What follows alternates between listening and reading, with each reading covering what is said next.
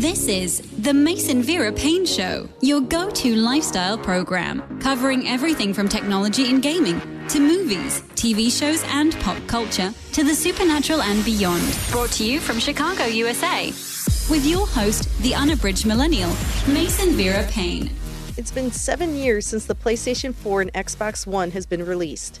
Sony has recently released the PlayStation 5, and Microsoft has released the Xbox Series X consoles. Randolph Ramsay joins me to explain what makes these consoles unique and how to determine which console is best for you. Thanks for joining me, Randolph. Thank you. Okay, so tell me, what has been your impression so far with the PlayStation 5 and the Xbox Series X and S? Well, it's been both very exciting to finally have those consoles in my house. You know, it's been a long while coming. They've been talking about it for several years now. So it was great to finally get them in. You know, at the end of the day, it's usually all about the games, though. So I'm enjoying playing, you know, some of the new games that have come with, you know, both of these new consoles. I was pretty excited with PlayStation 5 and the controller. Could you talk a little bit about it? Yeah, the new DualSense controllers on the PlayStation 5 are actually one of the best things about this next generation of consoles.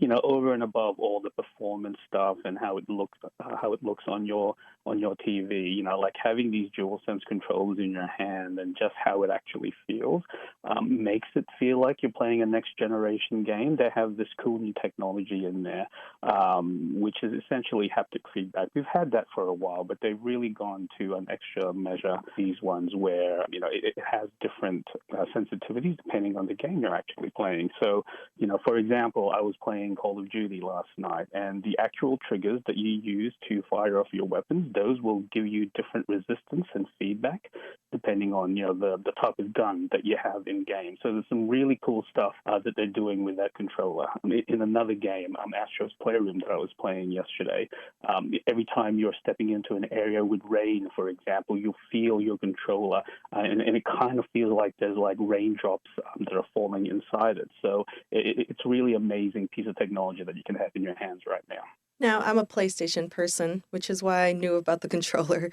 But was there anything new about Xbox's Series X or S, their controller? Not really. Just in terms of ergonomics, I think the Xbox controller has always been pretty good to feel in the hand. So, you know, no huge, I think, surprises when it comes to the Xbox controllers there.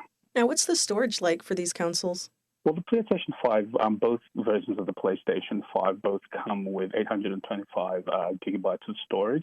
But really, once you actually factor in the space that they reserve for firmware updates, you're really getting just under 700 gigabytes of storage for each PlayStation console. The Xbox Series has two different consoles out there. The Series X has a terabyte of storage, but once again, if you put aside the storage that they put aside for updates, it only really has about 800 gigs. The Series S is the model that's a step down, and that only has 512 gigabytes of storage. That's 1 terabyte is still a lot. I mean, 800 gigs is still a lot. I mean, that's a lot of games. Yeah, it is, but that'll get chewed up, though, especially if you have one of the digital-only versions of the console. Games now are getting much, much bigger if you decide to download them. Like, I think, for example, Call of Duty, if you decide to download that entire thing, is about 130 gigs, so that could eat up, a lot of your hard drive space very quickly. So what games were released for PlayStation 5? For PlayStation 5, the big games are really some of its exclusives. So there's Spider-Man Miles Morales, which is a sequel to the Marvel Spider-Man game that got released on a PlayStation 4 exclusively a couple of years ago. So this one follows the adventures of Miles Morales. And if anyone watched the Into the Spider-Verse movie from a couple of years back, it's really focusing on, this new Spider-Man. It also has Demon's Souls, which is a completely from the ground up remade version of the old classic Demon's Souls game. For folks who love From Software, they're the developers behind such hits as Bloodborne and most recently Sekiro. So it's one of those really hard, grueling action adventure games. So, those are the two leading ones, I think, for the PlayStation 5 right now. What about for the Xbox? Anything good on that one? The Xbox, really, I think that its main exclusive right now is a game called Yakuza Like a Dragon, which is, the latest in the long line of Yakuza games.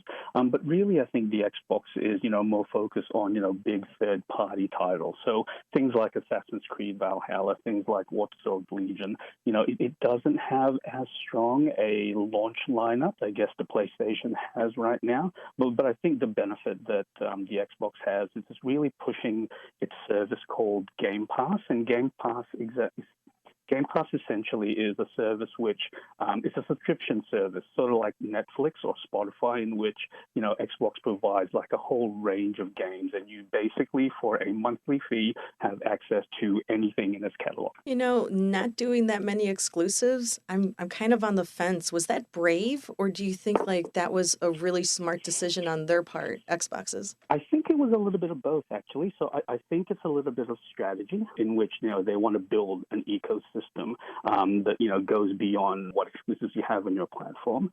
But I think it was also out of necessity. I think PlayStation has done a much better job over the past few years of building a strong first-party group of developers and titles that have been able to sell millions of games. Xbox unfortunately didn't have the same level of first-party studios that could make exclusives for its platform. It's really starting to change that now, though. So like Xbox's strategy over the last few years has been to buy studios completely, and its last big purchase was Bethesda. So the folks who make Wolfenstein and Doom and Fallout. So Xbox is slowly starting to get there when it comes to exclusivity, but as of right now, they're trying to pin it more towards the ecosystem of Game Pass, in which it is more of a Netflix style, all you can eat gaming type of landscape. Now, one of the things that has scared me, and this started with Xbox 360, the Red Ring of Death,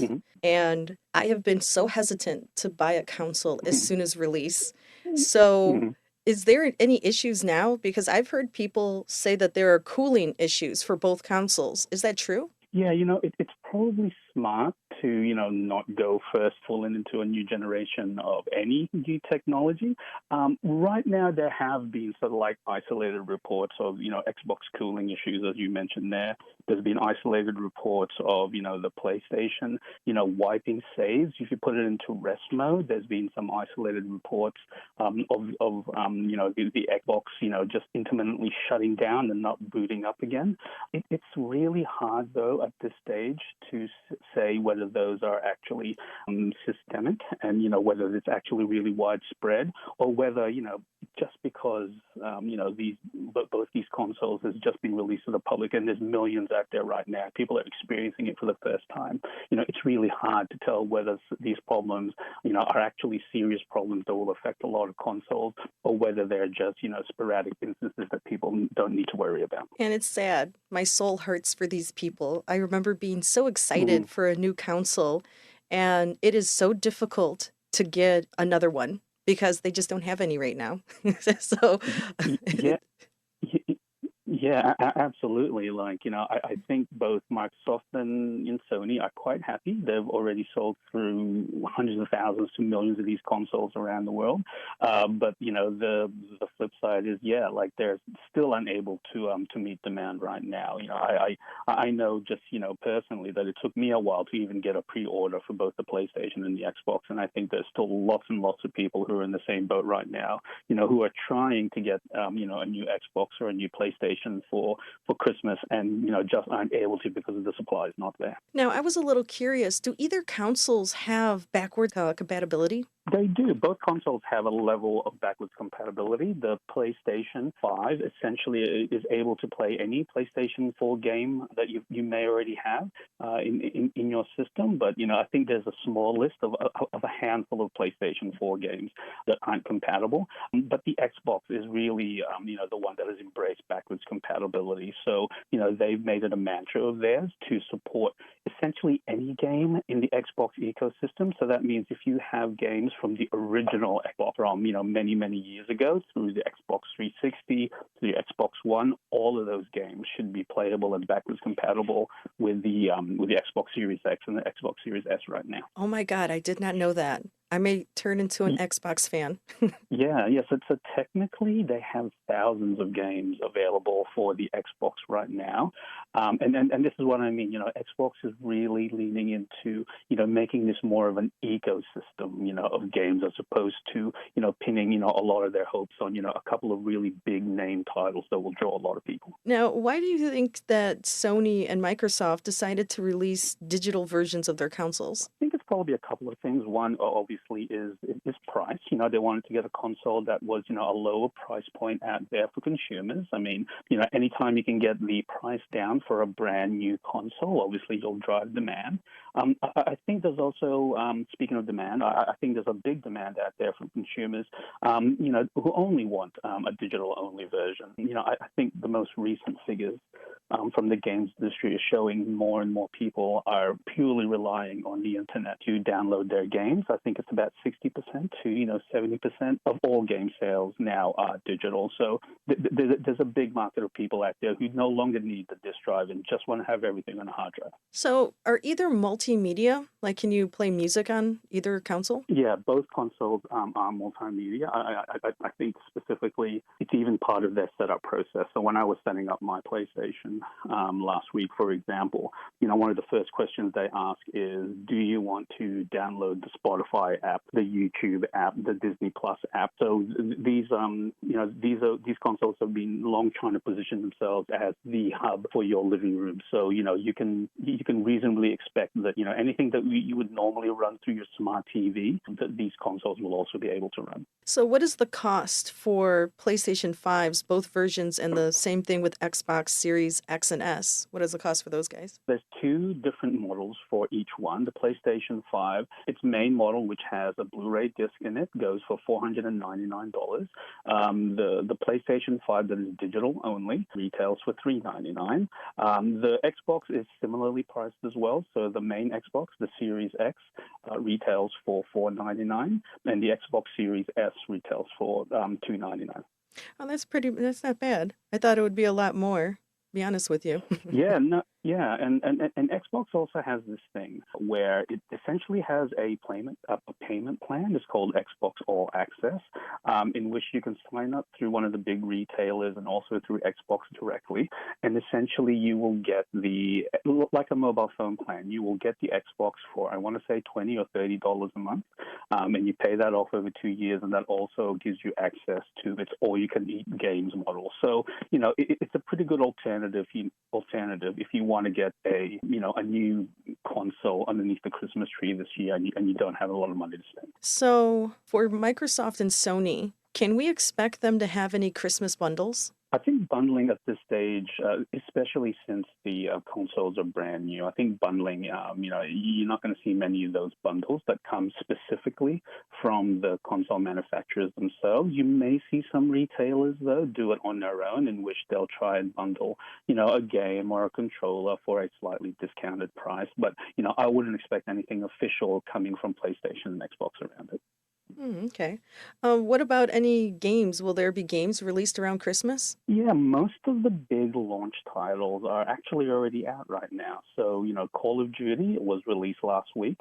And I think that, that was the biggest sort of like one that is going to be available for both the Xbox and the PlayStation 5. There really is only one major title that is set to release between now and Christmas, and that's a game called Cyberpunk 2077. So that is scheduled to release, I think, in the second week of December. Yeah, I can't wait for that one, to be honest with you. That's going to be a big one. Yeah, I was just super bummed when they pushed that back. Yeah, they did, and I was like, no, don't do this to me. I mean, I'm still afraid they're going to push it back even more. So, oh, don't jinx it! Don't jinx it. So when it comes to power, which system is more powerful, and why do you think so? I think the specs, the underneath the hood specs of both of these consoles, there's some slight differences in it, but I think, overall they kind of even out. Both can, pump out, native 4K, both can run at a really high frame rate. Both tout, SSDs, which, allow games to load faster, so everything just feels faster and more seamless. So I think from a raw horsepower point of view, there isn't really much right now that separates the two consoles. I really think it's more about the functionality that you have with each console. So, for example, Xbox has this really cool feature called Quick Resume, which basically means you can play a game, switch to the next one, maybe switch to another one after that. And then if you decide to switch back to the original game you played, it's still there. You don't need to reload it from the start and have to spend cycles, minutes, whatever it takes to actually get back to the point you were. It's practically instantaneous. So, that's a really cool function that, we've never had in consoles before. And it's something that the Xbox is doing and, something that the PlayStation isn't doing quite right now. So I think the way they're trying to differentiate themselves right now is through what they can do in-game. Well, Randolph, thank you so much for joining me. I really appreciate you being here. And for those listening, where can they find more information about you? They can look at my website. It's www.gamespot.com. This has been the Mason Vera Paine Show. Thanks for listening.